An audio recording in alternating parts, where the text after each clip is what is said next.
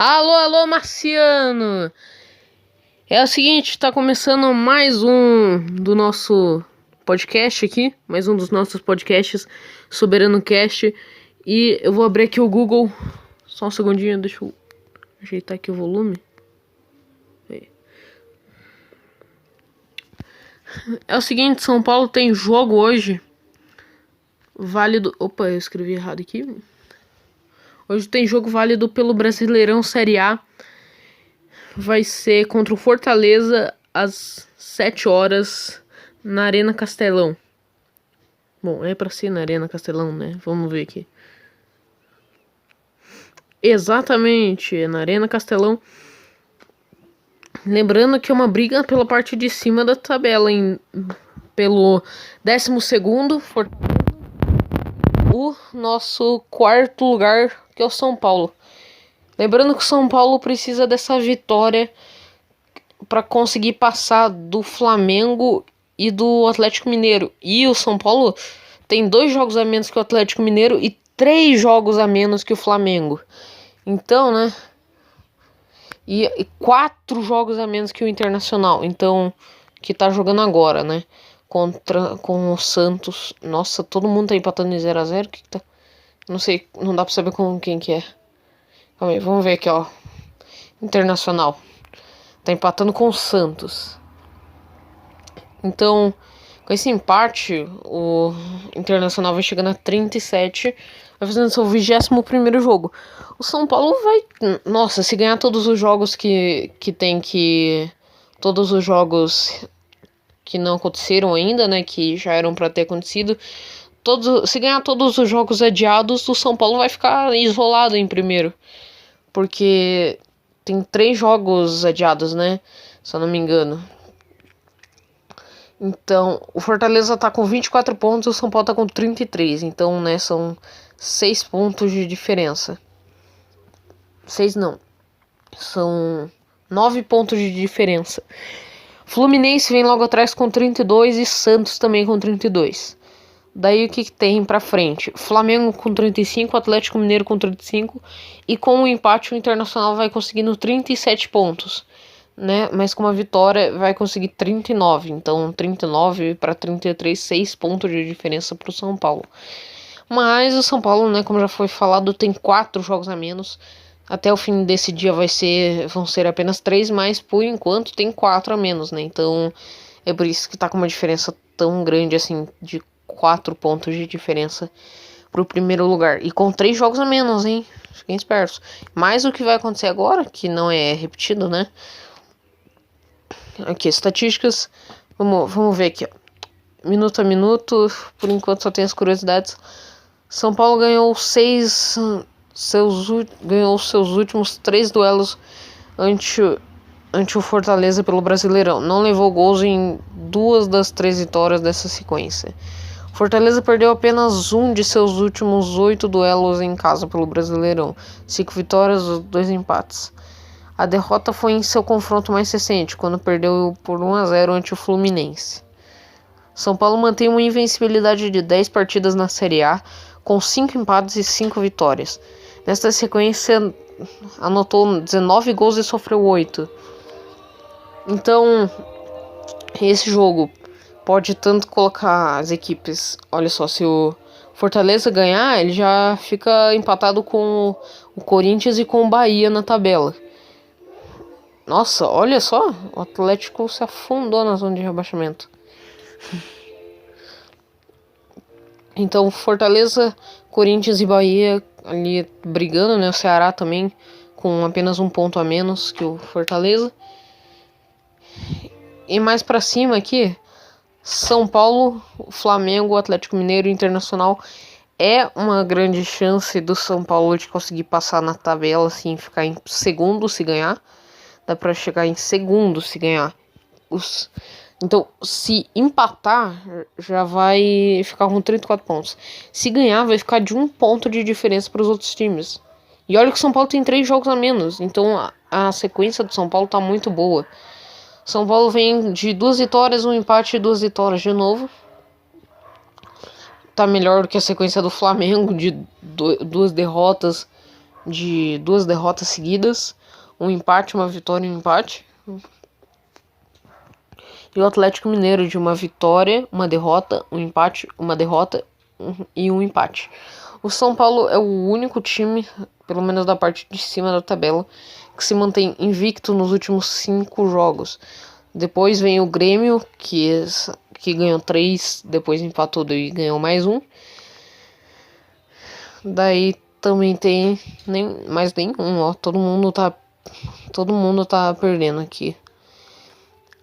Logo depois desse adversário difícil, né? Eu diria que o jogo vai ser pelo menos... Vai ser uns 2-0 pro São Paulo.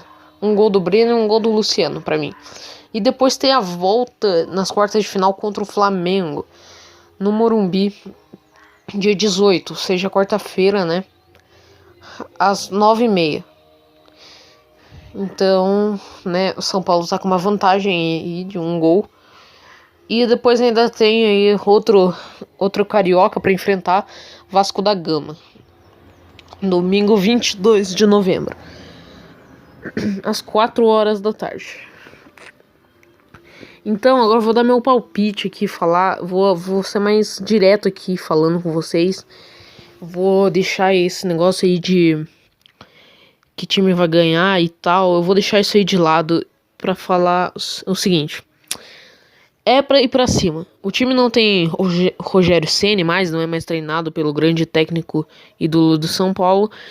Isso não vai não desestabilizava muito, né? Até porque a gente ganhou os últimos confrontos contra o Fortaleza. Empatamos, na verdade, mas também ganhamos.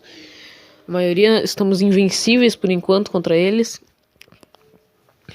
E o importante é ganhar. O time tem que ir pra cima, tem que armar ali Luciano e Brenner para ser um ataque constante, assim como o Diniz quer, porque a gente sabe, o Diniz, ele pede as coisas, mas o time muitas vezes não faz. Ele não gosta quando o time fica tocando para trás, isso é uma coisa que todo jogo tem. A defesa ali fica tocando entre elas, os laterais, a defesa e até o próprio Volpe, que eu não gosto de falar mal aqui e tal, porque ele é muito bom. Tem que ir pra cima, todos os times tem que ir toda hora pra cima. Não importa contra que time seja, se for o Ibis, se for, sei lá, o Real Madrid, tem que ir de qualquer jeito. Tem que ir contra os melhores times do mundo, contra o Bayern de Munique, contra o Paris Saint-Germain. Se jogar, tem que ir pra cima de qualquer jeito. Porque o que a gente quer é futebol bonito. Resultado é muito importante, é claro, né?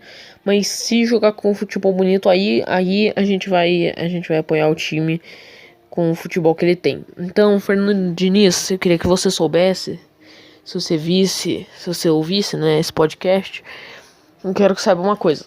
Se o que você fizer der certo, eu não tô nem aí se tá sendo mal feito, se a diretoria, quem tá lá dentro é o pessoal horrível, o pessoal que não sabe comandar o time, eu não tô nem aí. Se isso der certo, se o time conseguir ganhar, e se os jogadores fizerem um bom trabalho, não importa o resultado, eu vou apoiar o time. Eu vou apoiar em qualquer circunstância.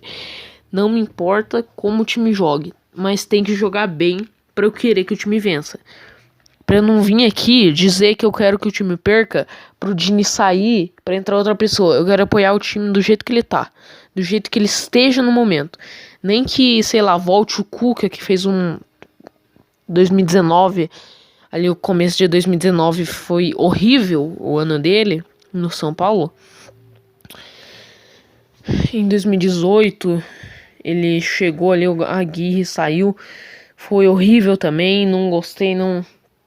O São Paulo precisa que alguém bom fique na diretoria, e é bom mesmo que quem tá disputando as vagas para eleição do São Paulo são 2 caras que você sabe que vão fazer o trabalho direito, que você sabe que não vai ser que nem o Leco foi, não vai usar da corrupção, não vai usar do Rogério Ceni, por exemplo, em 2016 para se reeleger presidente do São Paulo.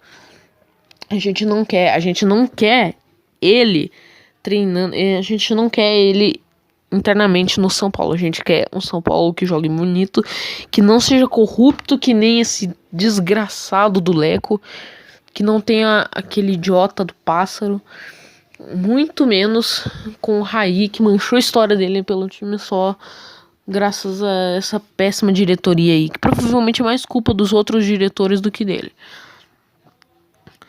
A diretoria, a chapa do Leco, não é a chapa que o São Paulo merecia que um eleitor tivesse, que alguém digno tivesse. Então, se for o Casares ou o Natel, eu não tô nem aí pra quem vai ser eleito. Um deles vai fazer um ótimo trabalho. Eu não posso votar, infelizmente, é claro. Os torcedores mereciam votar, porque senão o Leco nunca teria sido eleito. Eu tenho certeza que é bom que eles tragam o Muricy Ramalho. Eu queria que eles trouxessem. Seria muito bom. É sério.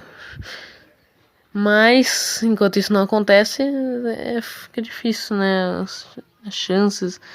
Enfim, Rogério Ceni e tal, não vai dar. A única certeza confirmada, né, que Fernando Diniz vai sair. Ele tá fazendo um trabalho bom? Tava conseguindo aí ficar invicto.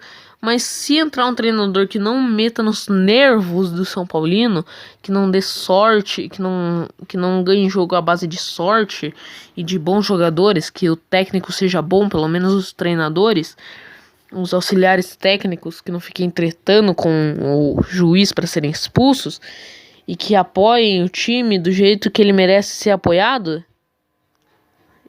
aí eu vou torcer pelo time como um todo, não só pelo São Paulo como o São Paulo. Eu quero torcer pro São Paulo como o time e quero torcer também pelos torcedores, pelos jogadores, pela diretoria. Eu quero torcer por todo o São Paulo, não só pelo time, pro time ganhar. Eu quero torcer pros jogadores, quero que o treinador seja tão bom que eu comece a torcer por ele, que mesmo que ele saia do São Paulo, ele tenha feito um trabalho tão bom que eu torça pra ele. Eu quero isso. Eu quero um digno, eu quero alguém que já tenha feito história no São Paulo. Eu quero alguém bom, eu quero alguém que faça diferença dentro do São Paulo. E não é só sobre mim, é sobre todos os torcedores, todo mundo que tá no São Paulo. Todo mundo quer isso. De dentro ou de fora do time. Seja na diretoria de dentro, ou seja nos torcedores do lado de fora, fora do campo, fora do CT. A gente não liga pra isso. A gente quer um time bom, a gente quer torcer pelo time e não por esses caras, esses diretores, como diria o velho, o mequetrefe. A gente quer torcer pelo time inteiro desde que esses diretores saiam. A gente torce pelos diretores, pelo treinador, pelos jogadores e não só pelo time. Apesar da gente gostar tanto assim do time, a ponto de apoiar ele até quando ele não merece mais, pelo menos com essa diretoria fraca. Então, vou deixar aqui meu recado. Eu quero torcer pelo time e não para o time, ok? Então é isso, obrigado. A gente se vê no próximo podcast. 2-1 São Paulo, 2-0. Vamos colocar assim, 2-0 São Paulo. Se o time pra frente, cara.